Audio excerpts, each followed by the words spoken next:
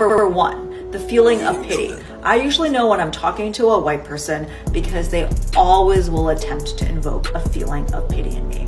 Apparently this works amongst white people. I don't think that they get that my internal response to that is I'm trying to pick the little leeches off of me. Number two, arguing. This will always be a white person who wants to flip the conversation to get you to answer their questions. They need a psychopathic level of control, so they have to tell you about it when they feel dismissed or offended. Exit. Number three, comparison. I can rarely have a conversation with a white person without them needing to compare themselves to me or their life to mine. This is because white people feel like everything is chronically unfair for them. Don't be fooled, this is their entitlement. If none of these things happen, good job, you picked good company. This morning, more fallout for the New York City psychiatrist who told an audience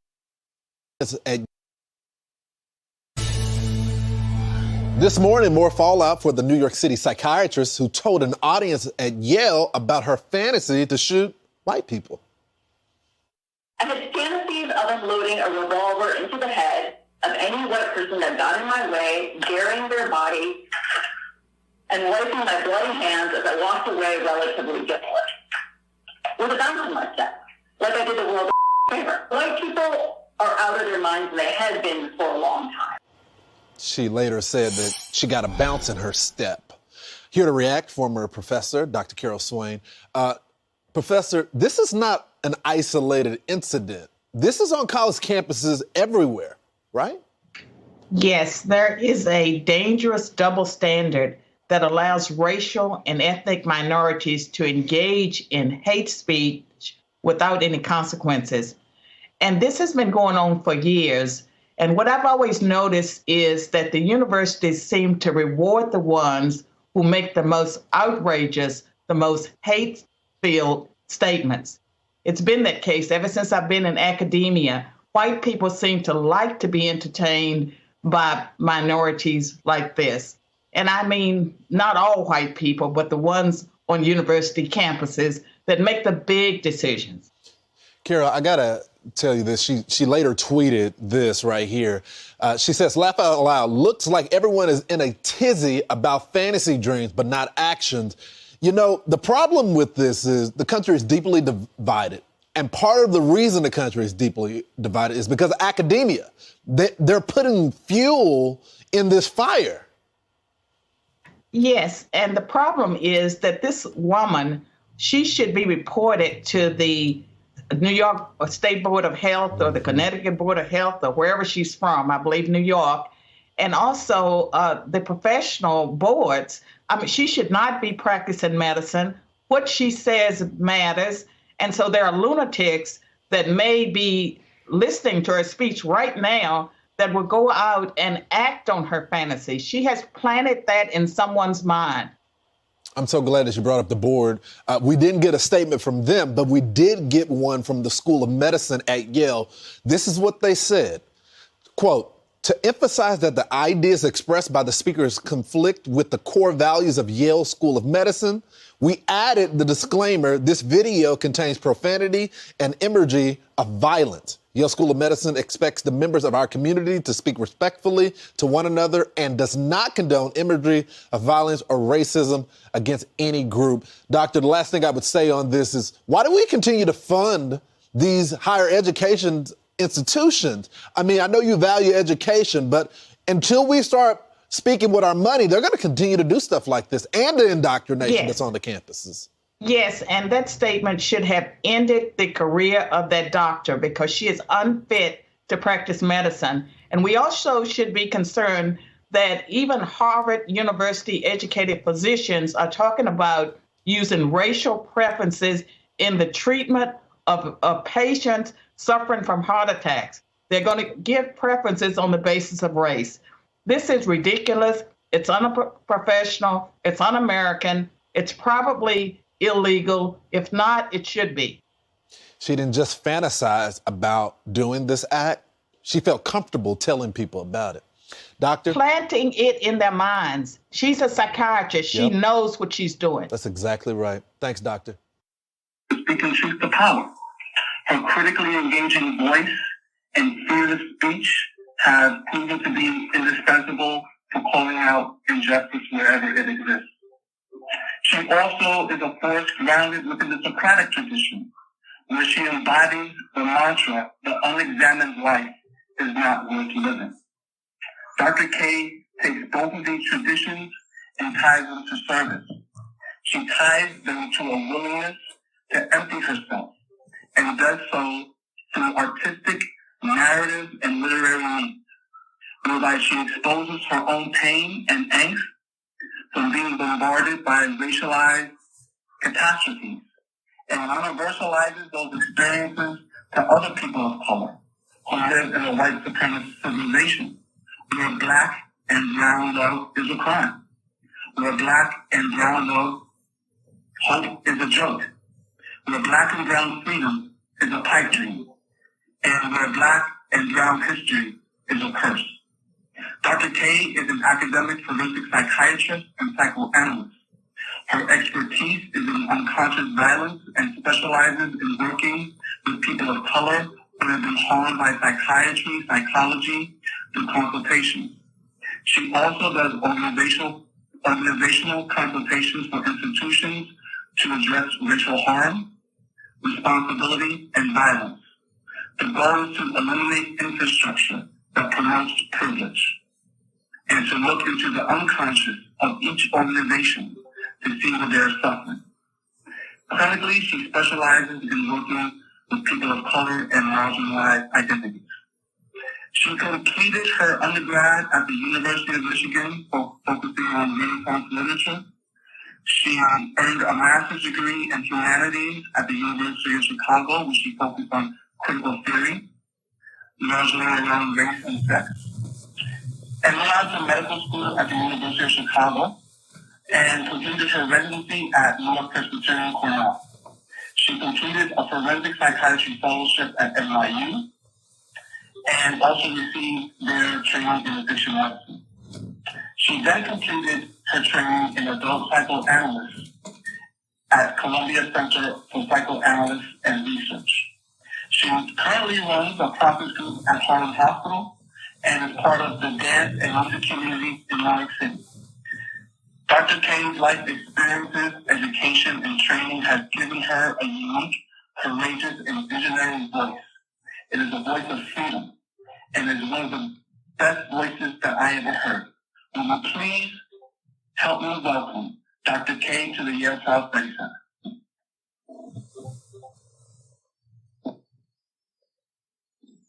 Thanks, Rob. I hope I can live up to that enormous introduction. I feel like it's a lot of pressure. But how's everybody doing? And it's been a rough week. Have there been people watching the trial? Yes? Yep. Okay. So just to maybe touch points on a couple things like before we get started. This is probably everyone talks about the work on race, like what is the work on race? And there's often a lot of talking, but the real work is actually emotional. And in the Department of Psychiatry, I think that we already know that if you can process negative feelings or if you have access to your aggression, you're actually psychologically healthier. And at the same time, I want us to begin to think of racism as action. So I'm going to say a lot of things, and it will probably provoke a lot of responses. And I want you to just maybe observe them in yourself. Are you having moral responses to what I'm saying? Is it a thought? Is it a feeling? Is it an action? How does this relate to race? So that's it. Let's get started. First up, prayers up for DMX, who's in the hospital right now. So let's show a prayer for him. And I'm also going to invoke a Sanskrit prayer, which is Nahinyanam Sadrisham. And that means in this word, there's no position equivalent to knowledge. So if racism exists in all aspects of our world, it also exists within our collective psychology. Everyone talks about systemic racism, but what does that mean? It means that it exists within our collective psychology, which means that culture is essentially white. It reflects a white mind. There is a psychological dynamic that is on PTSD repeat every time people of color attempt to directly talk to white people about race. The double bind of even bothering to talk at all. An eerie feeling that's familiar of intense rage and futility. We spend our time patiently explaining their attacks as they deny it. We are calm, we are giving to giving. And then when we get angry, they use our responses as confirmation that we're crazy or have emotional problems. It always ends that way. It happens every time like a goddamn timer. We just count it down. White people's expectation is that we need to take their attacks with gratitude and apologize for our anger. If not, we're overly sensitive and crazy. Our rage is the real problem. Except nothing makes me angrier than a white person who tells me to not be angry because they have not seen real anger yet. I did this for years in a psychoanalysis, where every time I got angry around race, this white bitch called me psychotic. She told me that the problem was that I was, quote, too smart, and that I either had to be psychic or psychotic.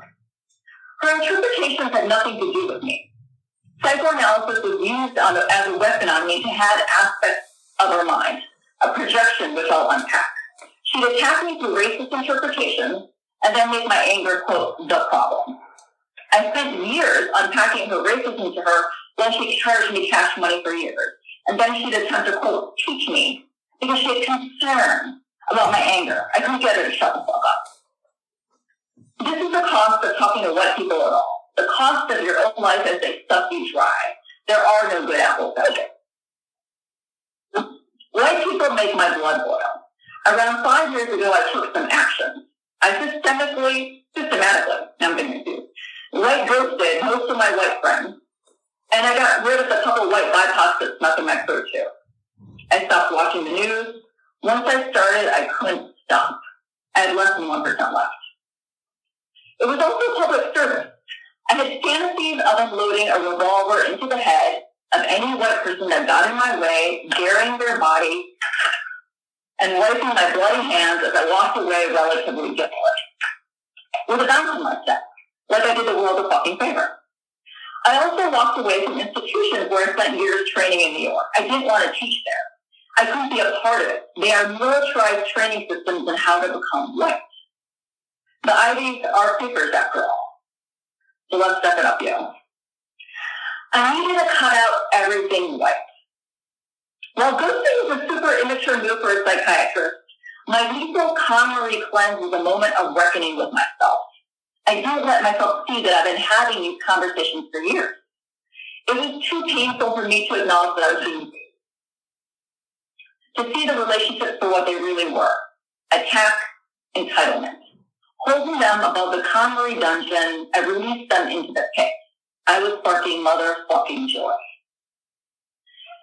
In my own private practice, however, I had the opposite feeling with my white patients.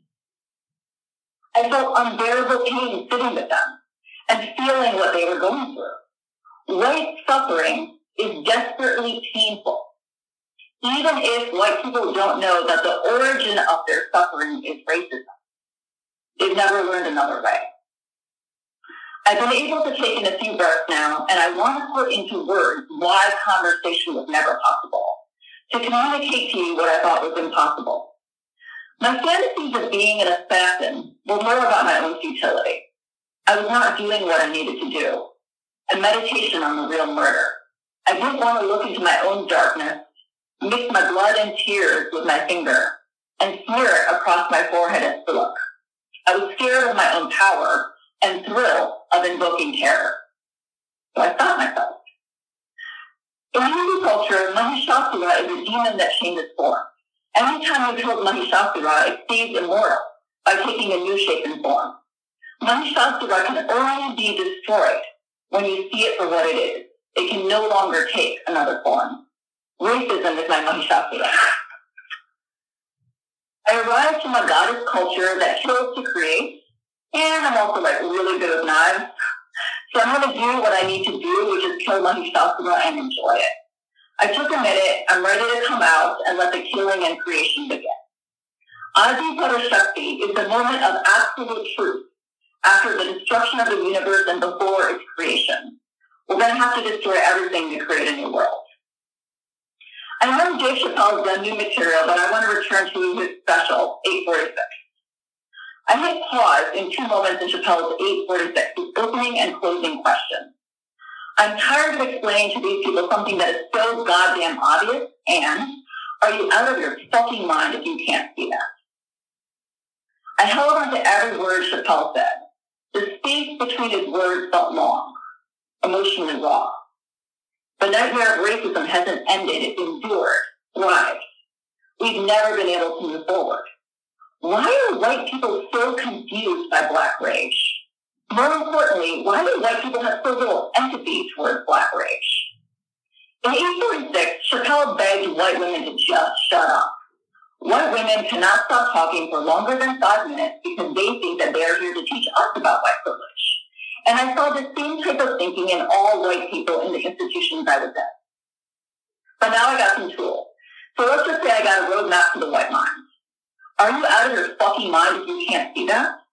I asked the exact same question to my first psychoanalyst, the aforementioned white bitch.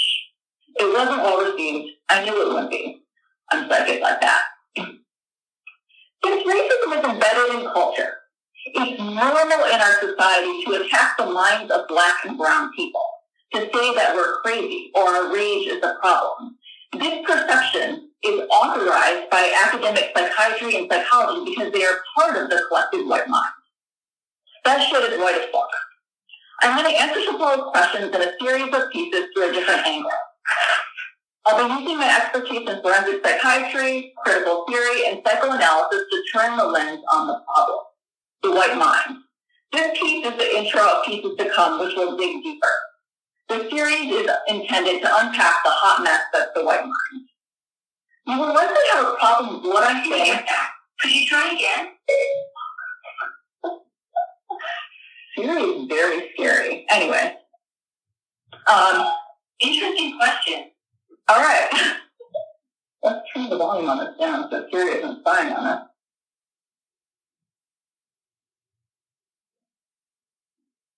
Did you still have a plan? That's part of my scheme. You will likely have a problem with what I'm saying and how I'm saying it. That the way I'm talking about race is, quote, not acceptable to you. These racist restrictions are code for ways of speaking and writing. Your way to categorize my writing and the style in which I speak is the dynamic of racism. If my using the word bitch was too much for you, what I'm saying will threaten you. You need to believe that white people are the real victims. Your racism is going to come alive towards me because I'm directly talking about race. And that's uncomfortable. You will want to box me in, to define me, so that I'm unacceptable and not the ever-shifting forms of racism. My pieces are an objective expose on racism. I'm going to riff and banter through my memoirs as I slowly run a blade across your neck. These pieces are an intimate look into my complicated relationship with myself dealing with whitey, my problems with my profession, and the world at large. I will lay out how racism pervades all parts of my life as I settle the score. Nothing is more intimate than death, so we're going to get a little close, and I'm going to have a little fun.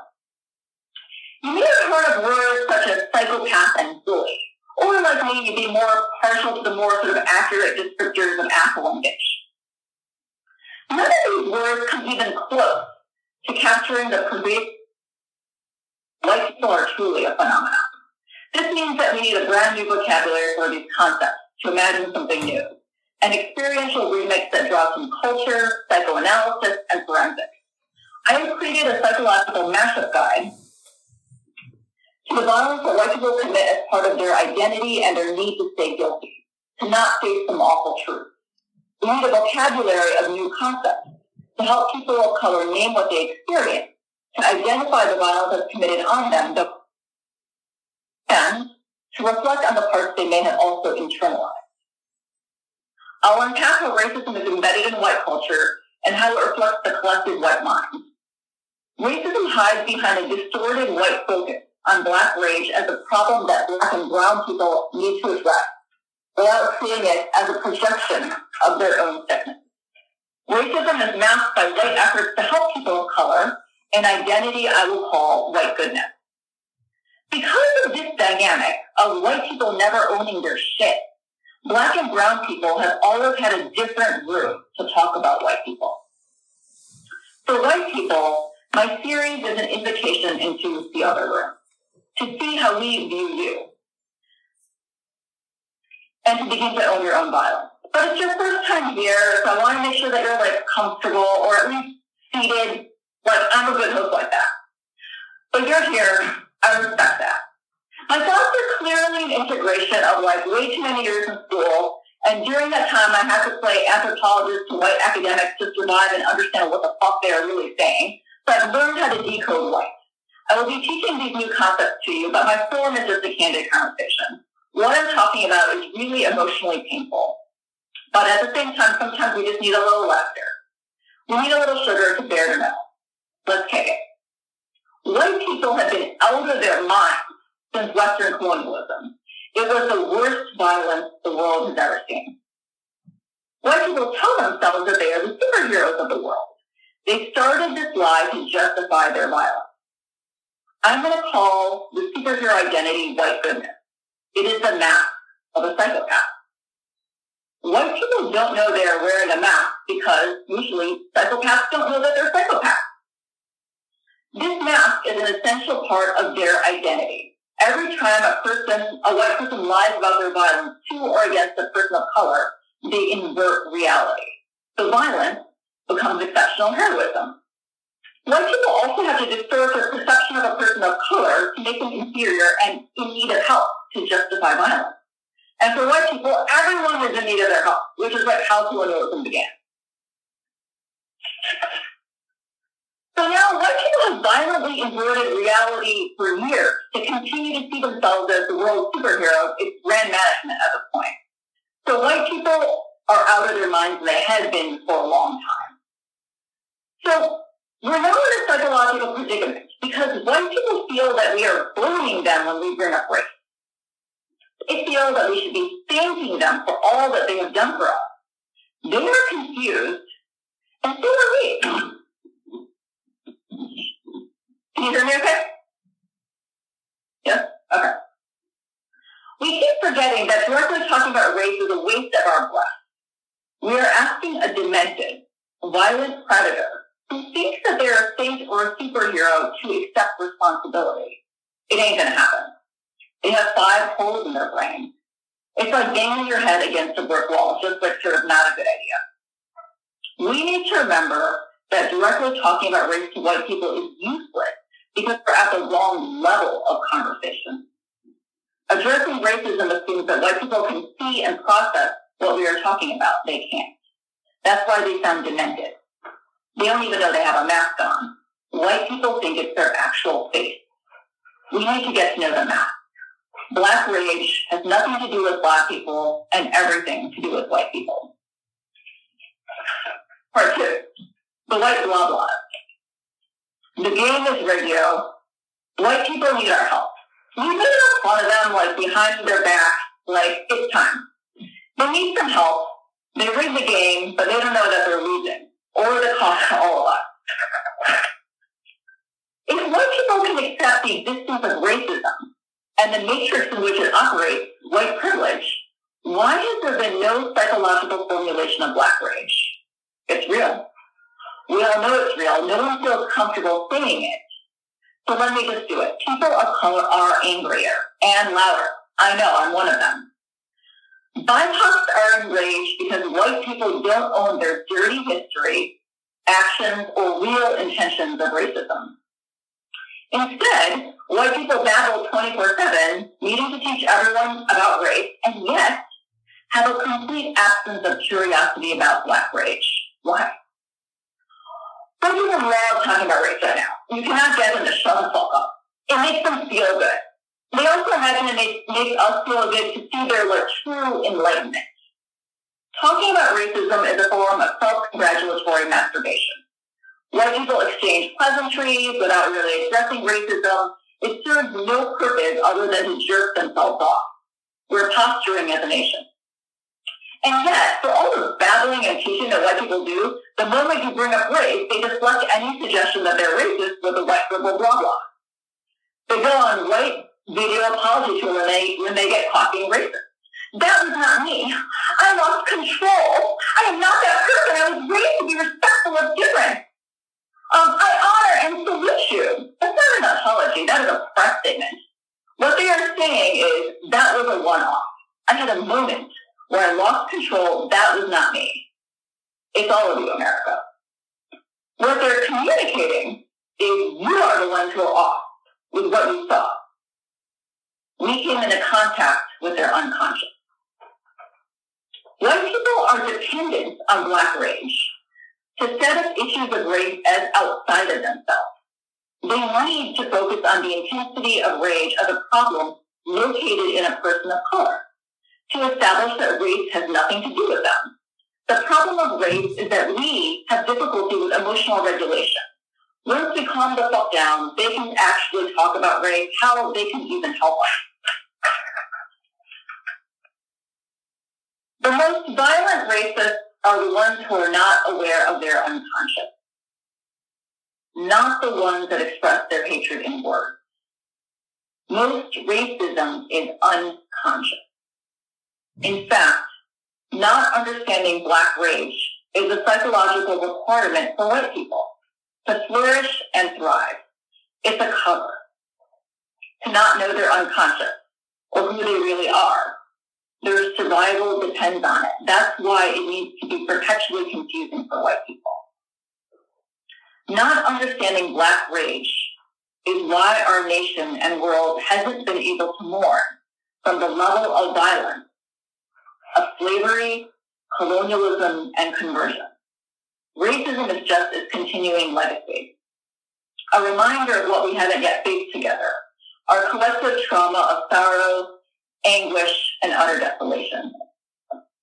We're not addressing racism at all until we can understand Black rage, and we will never be able to collectively mourn the trauma of racism until we can have empathy for Black rage. But we can barely tolerate it, and we are unsettled as a nation because of it. It's time to settle the score. Next section. All lives matter. It's the same. Are there any psychoanalysts in the room? Yeah? Yes? Okay. So what I'm about to go into is going to be familiar to you in a different form. This is a text on linking. It's impossible to talk about race because we are talking to psychopaths. Psychopaths are psychological bullies because they actually have no self-esteem. They are all image. White people turn the tables on us when we directly bring up race because they feel threatened. They're grasping at that last shred of imagined self-esteem. Our accurate observation is starting to expose them. So turning the tables on us is defensive. That's why they blame us and go full throttle victim. I cannot even begin a conversation about racism without getting a steely, ice-direct warning from a whitey that I'd be respectful to not generalize to all people because, well, that's racist. In a single moment, white people reverse the conversation, tell me that I'm racist to even dare to bring it up. They say this with a perfect combination of condescension and concerned white person teaching voice to offer me just enough proof of salvation. If it's a white woman, I'll usually get a little extra support through teaching, but I digress. It's a command to shut up. I am the problem now. We are the problem now. How the hell did this happen? And why does this happen instantly all the damn time? White people live with a feeling of unfairness. It's not fair for me to think about my racism. That's why they literally bring up everything other than what just happened when you bring up race. What about Marvel fans? I eat kind bars. I am kind, but I'm gay. What about white vegans? What about people who like peas? I only eat the outside of Oreos. Is it just like suddenly all hate gay people, trans people, fat people, and like we're all Holocaust deniers? That's why they have this all lives matter moment when we bring up race. White people feel like everything is unfair for them, especially self-examination. They have a singular mission to cling onto their most sacred feeling, unfairness, so that they can feel like this conversation is unfair to them. That's why all white people act quarter-tongue when we bring up race. We're victimizing them. White people destroy all meaning of racism by destroying the meaning of inequality and racism. This is the attack on linking part. They need to reach a conclusion of sameness to safeguard their feeling of unfairness. So how do they do this? White people use the language of equality or sameness to protect their entitled lives. So they never have to do the work of equity. They need to believe that what they have is rightfully earned. So in setting up sameness or false equivalence around harm, this is going to get very specific, they destroy the truth and self-righteously defend its destruction. It's an abuse of language to destroy the difference between words, to make all words the same, to make them meaningless. They flash flood us with words to obliterate the purpose of language, to communicate accurately. And if there's no difference, there can't be empathy. They're hung. It's a psychotic word dance. They arrive at a paradox of nonsense, that racism does not exist, and that we're the real racists. We're the real oppressors, because that's fair. Bringing up that racism and white privilege exists is racist to a white person. Having to even consider their own racism is the same to them as actual racism. You gotta kind of hand it to white people. It's sort of like the most brilliant anti-logic I've ever heard. But like, see if you can hold this thought as we go a bit further. We are the real racists to dare to have this conversation with them. White people will now invert the conversation to prove that we're the real racists. So if you happen to get any further with a white person, the sameness conclusion is going to take the following form. It's usually through shrieking. We can have empathy for you, and you need to have empathy for us. It's the same.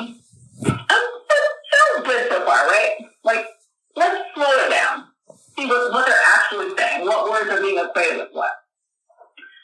What do white people need our empathy for? Let's fill in the blanks of what empathy really means.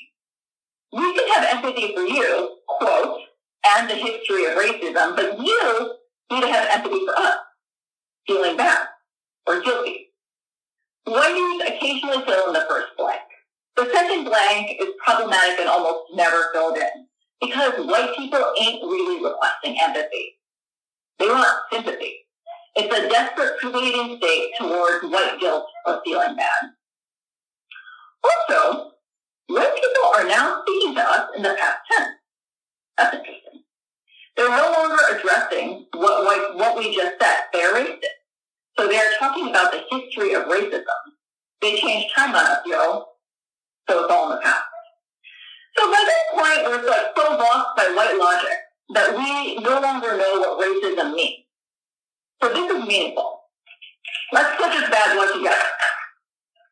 If feeling bad or guilty about the harm that white people have caused is the same as actual racism against us, then they are saying that these are equivalent states of harm.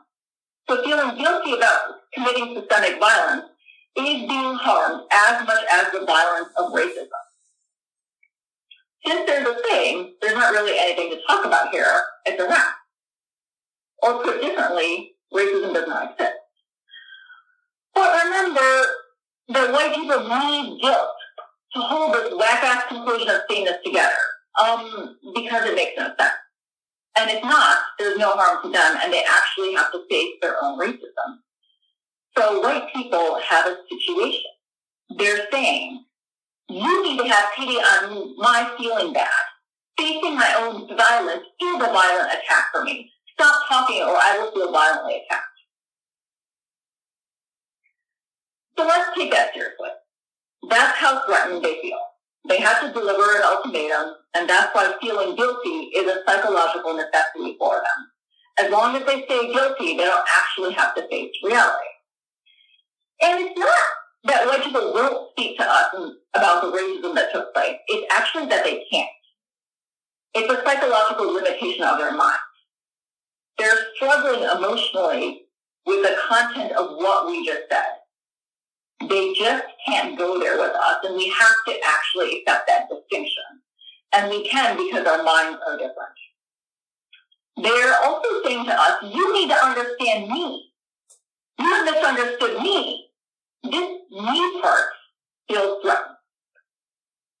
So in order for America to heal, we need to understand what white people will undergo if they allow themselves to really know that it's not the same. White people will be terrified. That's why they cling onto a feeling of guilt. We also need to gracefully accept, for now, that white people truly are confused by Black rage, which they are. White people don't want to become aware of their true intentions, to know who they really are and what they have done. Each conversation on race sounds completely new to them. That's why they all sound demented. They are hurt by their own racism, they just don't know that. They are hurting their own minds. They want us to preserve sympathy around their guilt, to not face the horrors of what they do to other people, and also the horrors of what they've done to themselves. Next section, the loss of what was already gone. I would like to invite all people of color in. Not where I thought I was going to go in my writing, but here we are. To empathize with the enormity of stakes when white people face their guilt. The emotional risk of being vulnerable enough to begin to know what they've done to other people and themselves. The inconsolable losses that they have already gone through but do not know as of yet. Beginning to know what they never have. White people have to face the largest psychological task America has yet to face. They need to face their own psychopathy. They need to face their own violent history, which they've needed to see as external to themselves. To no longer see white privilege as not me, but a violent part of themselves as they face their past and continued level of criminal violence. White people actively hide all of this from themselves. They just put everything outside, literally. If you can't see it, it never happened. It's part of their unexamined worldview. You can keep it where it belongs, unconscious forever. Otherwise, what the whiteys do would be staring them in the face, and that would be rude. If you can't, the defining symptom of white privilege is the ability to choose not to see. If you can't see prisons overflowing with Black and Latino men, you stay crazy. You didn't do it. Prisons vanish. Incarceration is magic.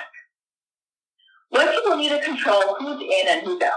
If we look at what is so secret that it has no location, we won't find a damn thing.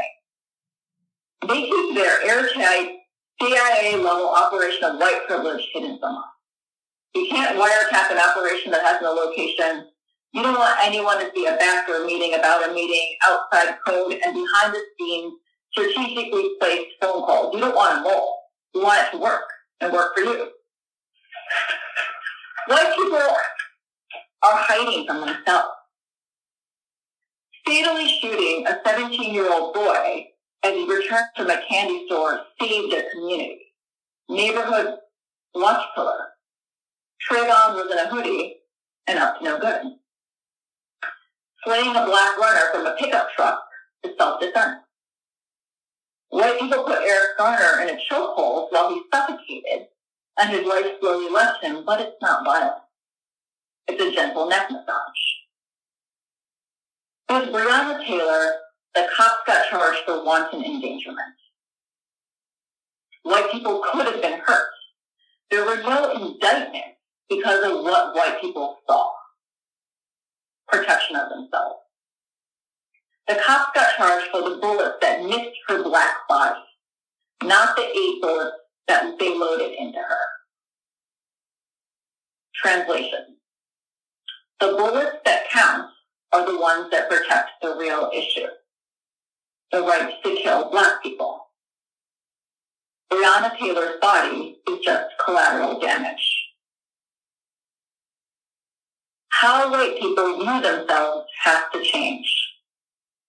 They each have to undergo a complete collapse of identity as a good, helping, and teaching person. History will have to be rewritten, and they're not prepared.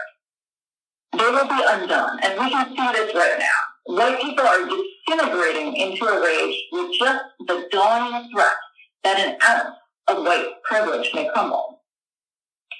We need to hold them up as it happens. They are terrified to really level the playing field because it's the first time that white people have ever really had to compete, and they don't know if they can. White people have never earned shit a day in their lives. They've had centuries of rigging the game. You know that Shakespeare is a decent rhymer in some circles, but if he battles Lauryn Hill or Snoop Dogg or Biggie, well, he would lose, and in a big way. Biggie's flow makes Shakespeare look like he's trying too hard. He would just be all right. He would never enter the pages of history. He would be an unknown. Instead, we would know Mithra, Sambharampu, Queen Indradevi of the Khmer, and the Queen of Flow of the Daphragine. Yeah, I know that Biggie and Snoop like in the same breath. I like Biggie. I like Snoop. I just figure that like when America is like really ready, I'll address the East Coast West Coast rap divide, which is not yet. So let's go back to it. The game is rigged. White privilege was meant to run outside of the game. Its location is backdoor. It's always been. And yet white people set themselves up to lose. They just didn't know it. They rigged the game to control the canon because they could never really compete on the world stage.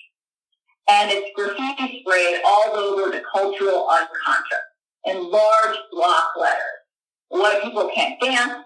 White men can't jump. White people can't really, well, like, seal the deal, if you know what I mean. They know they were missing something. That's why they had to colonize India, Africa, South America, and the whole world because we got flavor. Some of them try to rhyme, but they can't rhyme like this. If you colonize the whole world and own everything, you push your own ideas of what counts as literature, food, art, and music and set it up as a standard. You put your highest value on your stuff, and then you present your personalized playlist as neutral. That's whiteness. You get to own the canon as if it's a real thing and not made up. And you get to use whatever you like to support the grand narrative of yourself and hide the power differential at the same time. Poof, poof. What might happen if tacos were paid what they're truly worth?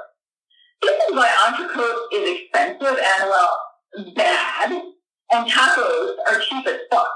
No one has any question that tacos are like the hands-down winners, like in life.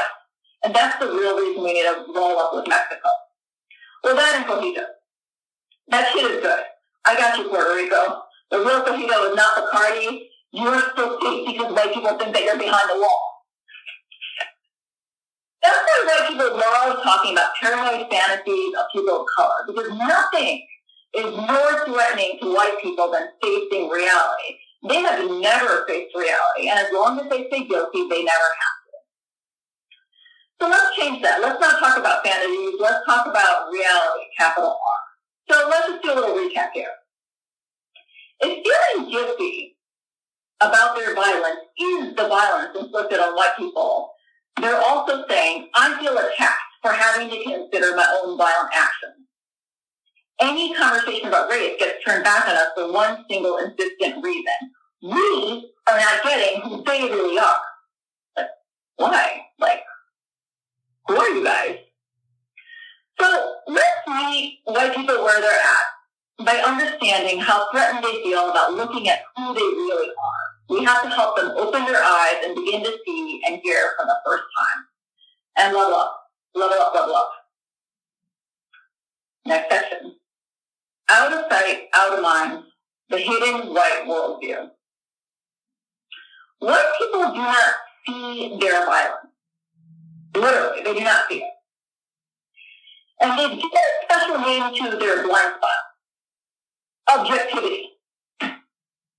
White people have structured their entire worldview around not seeing their violence and entitlement. Objectivity is the organizing mythology of white people. So when you hear the words objective, neutral, impartial, think white. And yes, I'm talking to you, psychoanalysts. White people have given another name to their violence. Biased. You're biased. That's your point of view. It's a point of view that they can't see because we are pointing at them, not seeing their violence.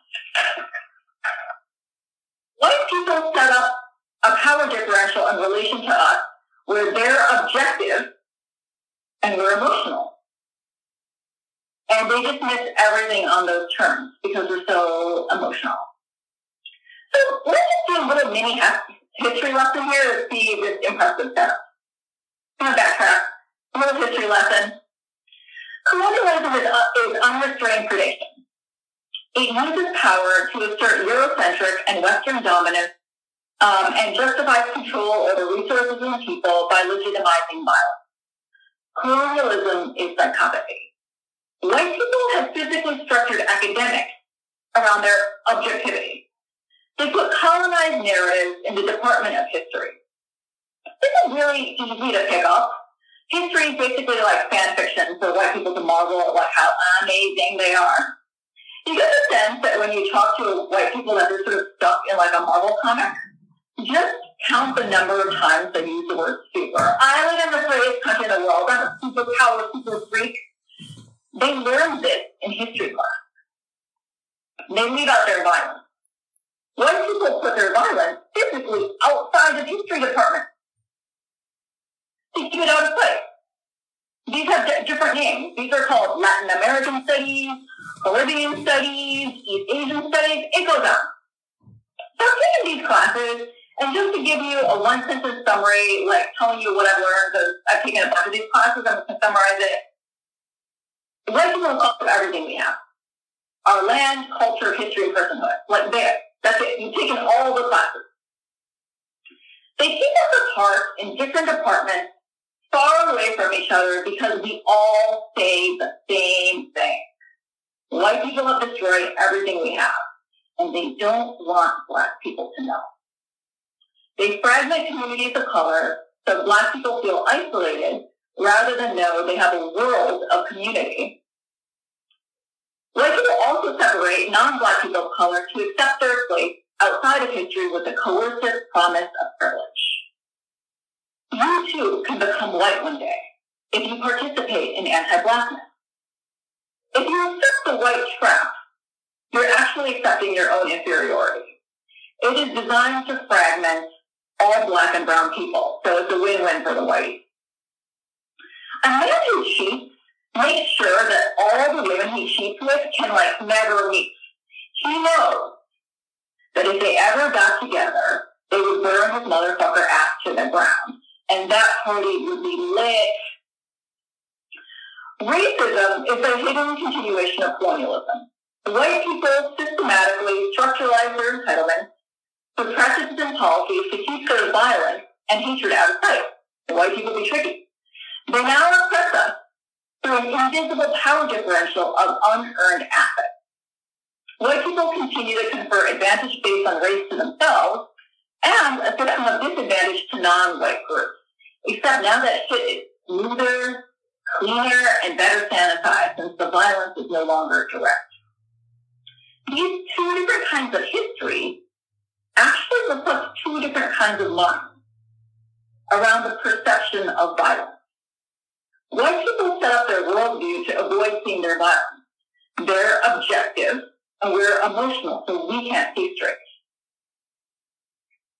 Except that psychopaths are unemotional, because they project all of their violence outside of themselves and never process their own emotions about violence. They are cold and calculating because they never own their own shit. They mysteriously have no negative emotions, which is why all white people are chillingly objective. Next section. The mask of psychopaths. White goodness. Black and brown people have this sort of really shared cultural moment watching white people react to Trump getting elected in. And then watching white people react to his chronic lines. But white people were suddenly like, oh my God, he made no sense. And white people didn't really see the humor in us observing them say this. because alternative facts are only really new for white people. We know that white people have never made any sense.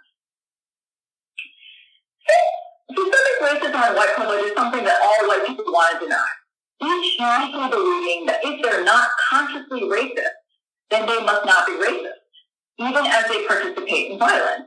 And yet every white person also truly believes that they are the special and unique exception of privilege and get.